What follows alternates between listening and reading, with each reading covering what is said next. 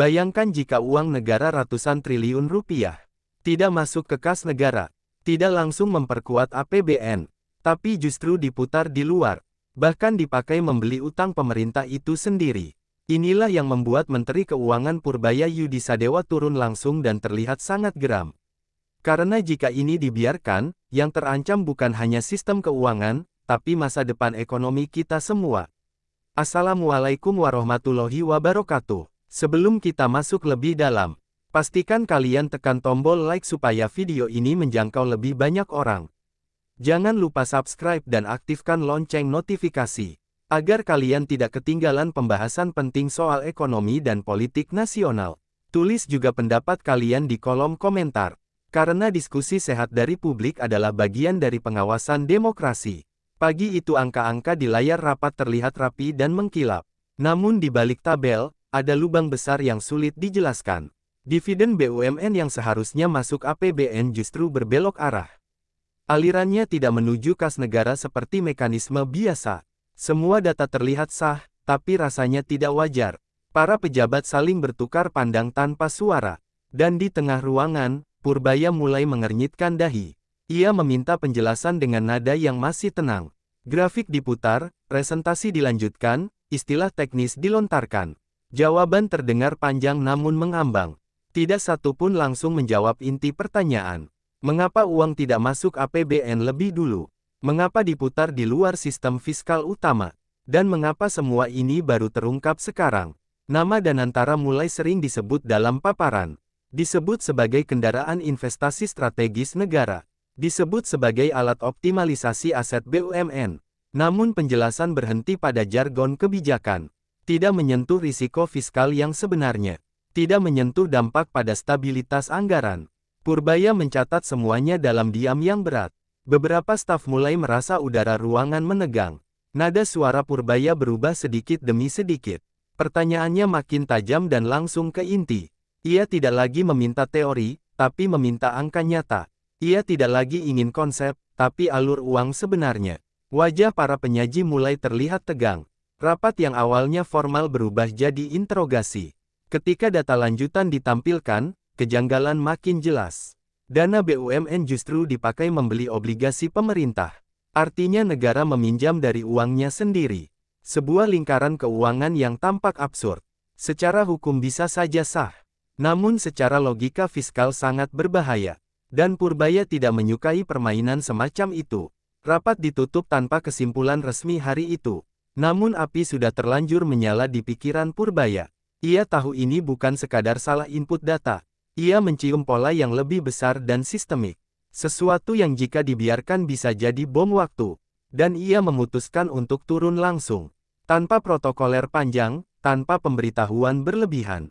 Keesokan harinya, kabar sidak menyebar cepat. Beberapa pimpinan mendadak tidak berada di kantor.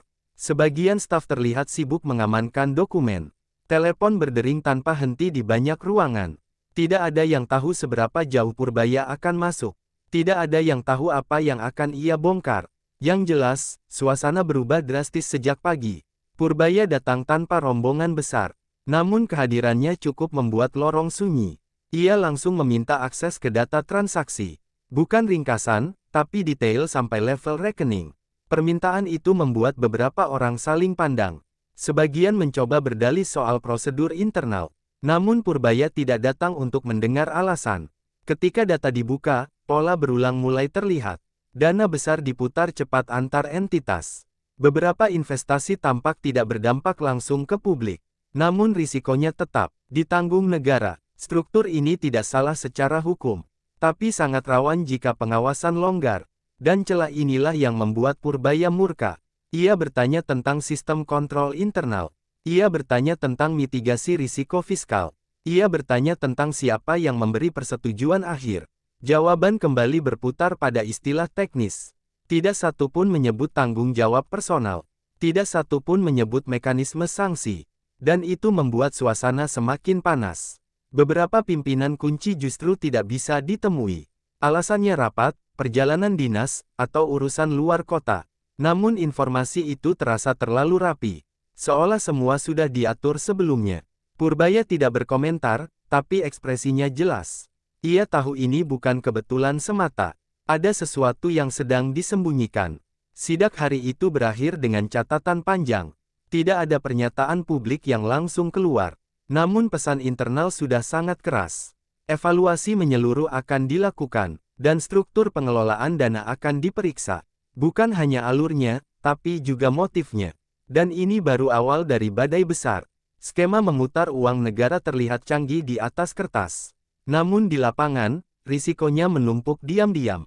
Negara kehilangan fleksibilitas fiskal, APBN menjadi kurang responsif terhadap krisis.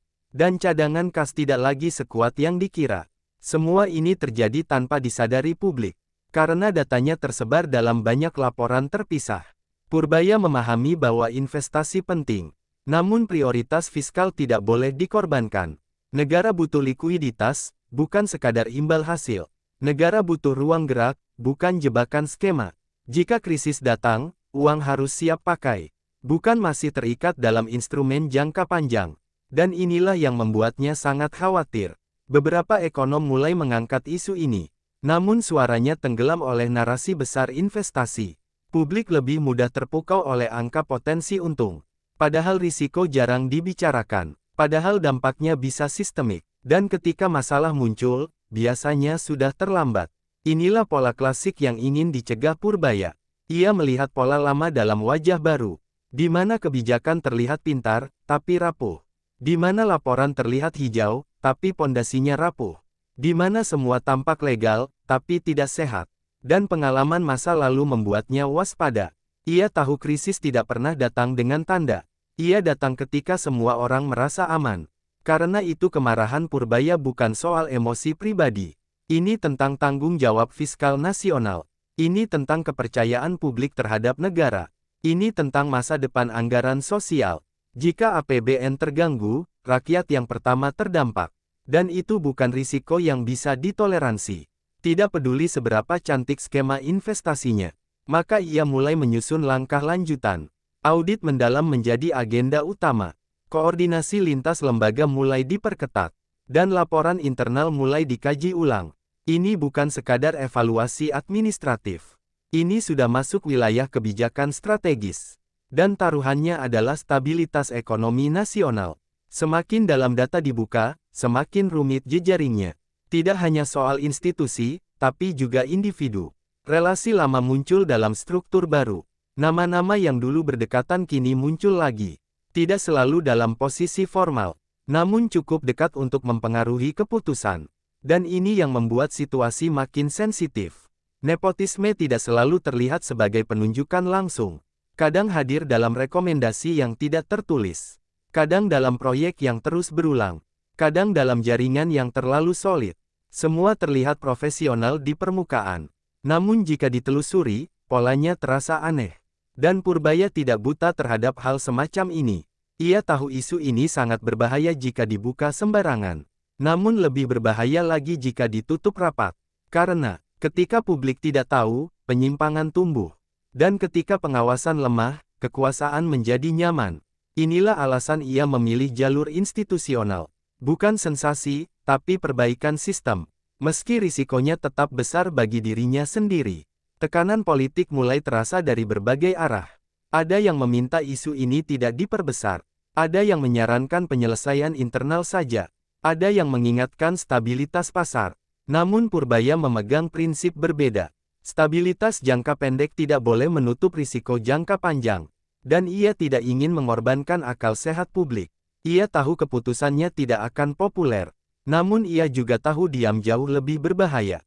Karena ketika krisis terjadi, semua akan bertanya. Mengapa tidak dicegah sejak awal? Mengapa semua tahu tapi tidak bertindak? Dan ia tidak ingin namanya tercatat di sana. Sebagai menteri yang membiarkan bom waktu berdetak. Maka ia melangkah dengan kehati-hatian ekstrim. Setiap dokumen diverifikasi berlapis. Setiap keputusan dikonsultasikan lintas lembaga. Tidak ada langkah yang diambil sendirian. Ini bukan perang personal. Ini adalah koreksi sistemik. Dan waktunya tidak bisa ditunda lagi. Ketika isu mulai bocor ke publik, reaksi langsung terbelah.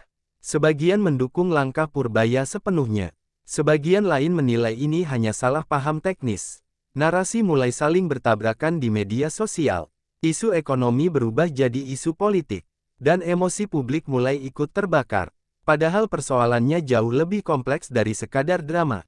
Kelompok pendukung investasi menilai skema ini wajar. Mereka menyebut negara harus berani mengelola aset aktif. Mereka menyoroti potensi keuntungan jangka panjang. Namun mereka jarang membahas risiko likuiditas. Jarang membahas dampak jika pasar bergejolak. Jarang membahas siapa yang menanggung kerugian. Dan disinilah perdebatan menjadi timpang. Sementara itu, kalangan fiskal mulai bersuara keras. Mereka mengingatkan pentingnya disiplin anggaran.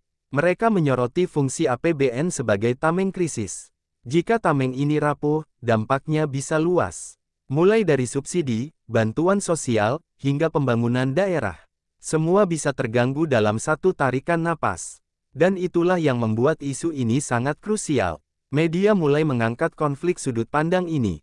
Judul-judul besar bermunculan setiap hari. Namun substansi sering tenggelam oleh sensasi. Padahal detail teknis justru paling menentukan. Namun detail tidak selalu menarik bagi algoritma. Yang laku adalah emosi dan konflik. Dan ini membuat klarifikasi jadi makin sulit. Purbaya memilih tidak terlalu sering tampil di media. Ia fokus pada kerja internal yang lebih menentukan. Namun setiap pernyataannya kini ditunggu publik. Setiap kalimat ditafsirkan ke banyak arah. Kesalahan kecil bisa jadi bola liar politik. Namun ia sadar, risiko ini bagian dari jabatan. Dan ia memilih tetap berjalan di jalur yang ia yakini. Di balik layar, proses koreksi terus berjalan. Struktur aliran dana mulai disusun ulang. Opsi perubahan kebijakan mulai dibahas serius.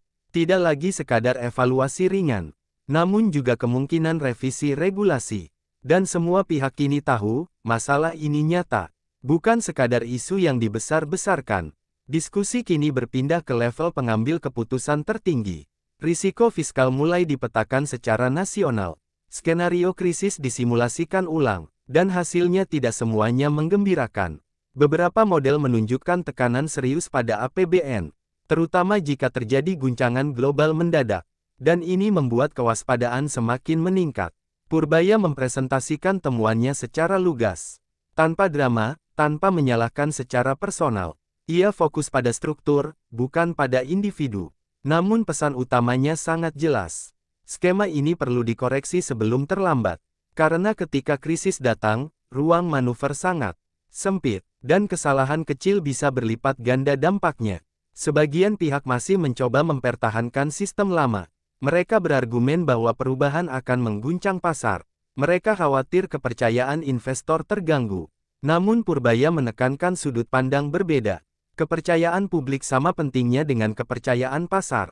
Dan keduanya tidak boleh dikorbankan salah satunya. Inilah dilema kebijakan yang sangat berat. Keputusan apapun pasti menimbulkan reaksi. Namun menunda keputusan juga membawa risiko. Waktu kini menjadi faktor paling kritis. Karena tekanan global tidak menunggu rapat nasional. Dan volatilitas bisa datang kapan saja. Itulah mengapa langkah korektif tidak bisa ditunda terlalu lama. Meski konsekuensinya sangat politis. Di titik ini, kemarahan Purbaya berubah menjadi tekad. Bukan lagi soal emosi, tapi soal tanggung jawab. Ia tahu sejarah akan menilai keputusan hari ini. Ia tahu dampaknya bisa terasa bertahun-tahun ke depan. Dan ia tidak ingin dikenal sebagai penjaga sistem yang gagal. Ia ingin dikenal sebagai orang yang berani menghentikan risiko. Meski harus menghadapi badai politik. Maka rekomendasi kebijakan akhirnya diserahkan. Isinya tegas dan tidak setengah-setengah. Penguatan kontrol fiskal menjadi prioritas utama. Reorientasi alur dividen kembali ke APBN dipertimbangkan, serta pengawasan ketat terhadap kendaraan investasi negara. Ini bukan langkah populer, namun ini langkah yang dianggap paling aman. Tidak semua pihak menerima perubahan dengan lapang dada. Beberapa mulai melakukan manuver halus. Isu baru dilempar untuk mengalihkan perhatian publik.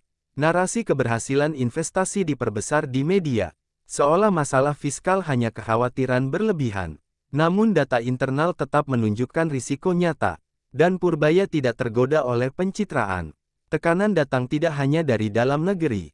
Beberapa mitra luar negeri ikut mengamati situasi. Mereka menunggu arah kebijakan yang akan diambil. Ketidakpastian membuat pasar ikut berspekulasi. Dan ini menambah beban psikologis pengambil kebijakan.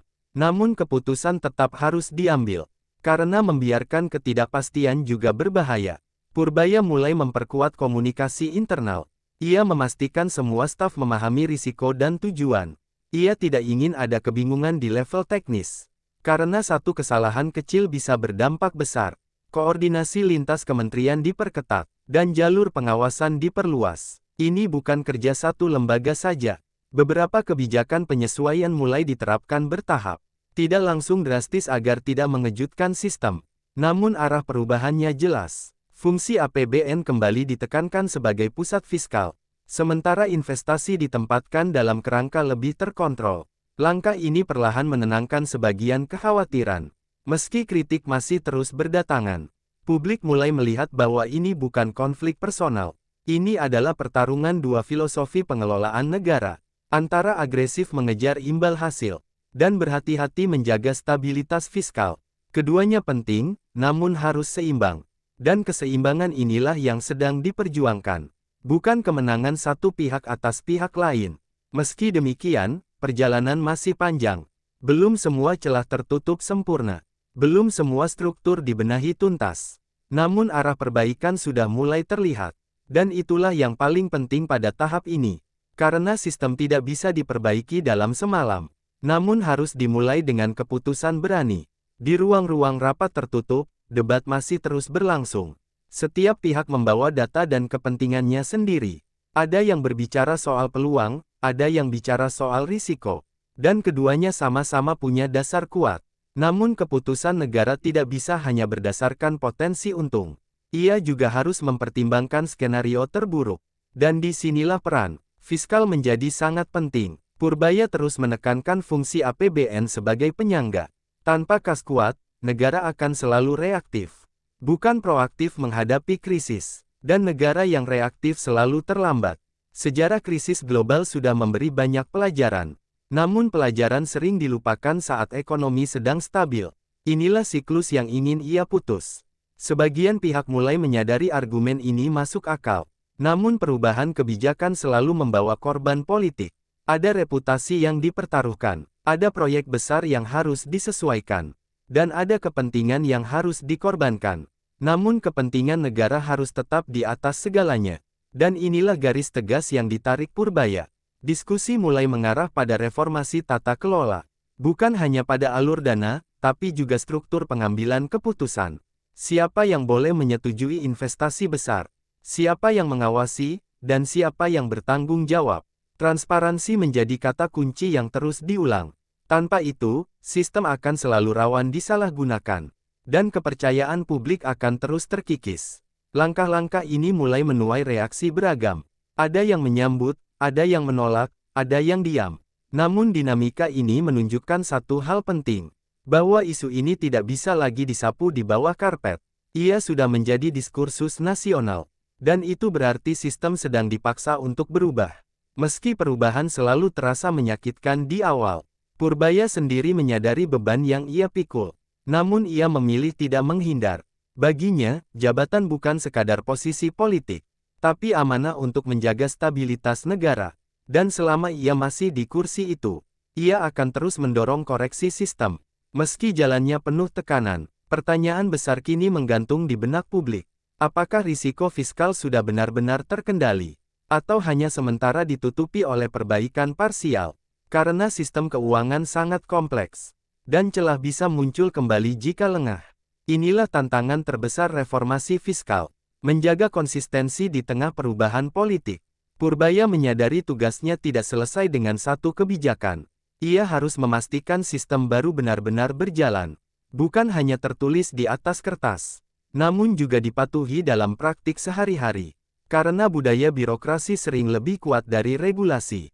Dan tanpa pengawasan ketat, aturan mudah dilanggar. Inilah alasan evaluasi harus terus dilakukan. Publik juga mulai lebih kritis terhadap isu anggaran. Tidak lagi hanya terpaku pada angka pertumbuhan, namun juga pada kualitas pengelolaannya. Ini adalah perkembangan yang sangat penting, karena tekanan publik bisa menjadi pengawas tambahan, dan transparansi tidak bisa berjalan tanpa partisipasi masyarakat. Inilah sisi positif dari polemik yang terjadi. Namun risiko tetap belum sepenuhnya hilang. Ekonomi global masih penuh ketidakpastian. Gejolak bisa datang dari berbagai arah. Dan sistem fiskal harus siap menghadapi semuanya.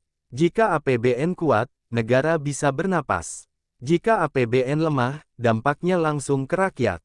Dan inilah taruhan terbesar dari seluruh kebijakan ini.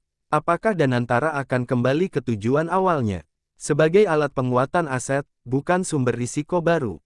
Ataukah akan terus berada di wilayah abu-abu kebijakan? Semua tergantung pada komitmen pengawasan ke depan. Dan komitmen itu harus dijaga lintas pemerintahan. Bukan hanya selama satu periode jabatan. Inilah tantangan reformasi struktural yang sesungguhnya. Purbaya mungkin tidak bisa mengontrol masa depan sepenuhnya. Namun ia bisa memastikan hari ini tidak diabaikan. Ia bisa memastikan peringatan sudah disampaikan.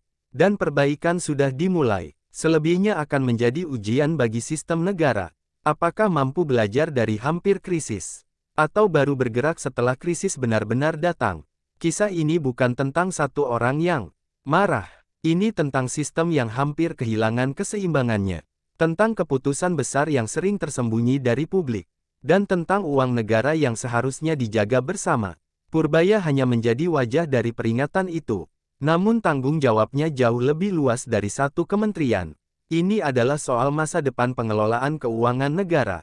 Ketika uang negara diputar, dampaknya tidak pernah netral. Selalu ada risiko yang ikut bergerak bersamanya. Dan risiko itu pada akhirnya kembali ke rakyat. Dalam bentuk pajak, subsidi, dan layanan publik. Itulah mengapa pengawasan tidak boleh longgar. Tidak boleh terbuai oleh janji imbal hasil semata.